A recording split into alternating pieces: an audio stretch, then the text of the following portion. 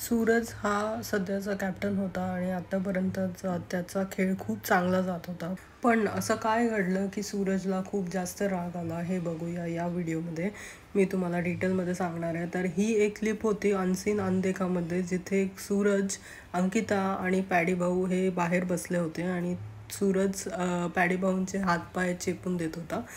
आणि तेव्हा सूरज म्हणाला की मी खूप एकदम साधा मुलगा आहे आणि मला माझ्या गावाची खूप आठवण येते. आणि त्याच्यावरती अंकिता थोडीशी शॉक दिसत होती.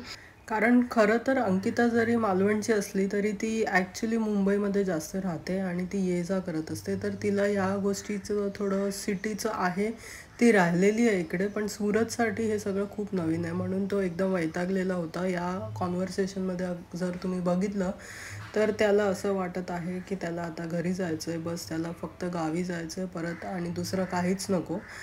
त्याचं आता डोकं फिरलं इथे राहून आणि किटकिट किटकिट ऐकून. हेच ते सगळ्यांना इथे सांगत होता की मला आता डोक्यात असं किटकिट किटकिट होते, ते मला आता नको, आता मला परत गावी जायचं आहे, दुसरा काहीच नको मला. आणि याच्यातून कळतं की सूरज किती साधा भोळा आहे आणि किती कॉमन माणसासारखा आहे तो. आणि याच्यामुळे परत Suraj has one hour hearts again.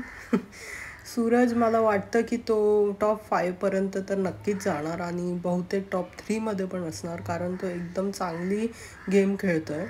Ankita पण चांगली गेम खेळते, पण ती मध्ये मध्ये साईड्स घेताना थोडी चुकते, म्हणून सांगू नाही शकत ती टॉप 5मध्ये असेल की नसेल.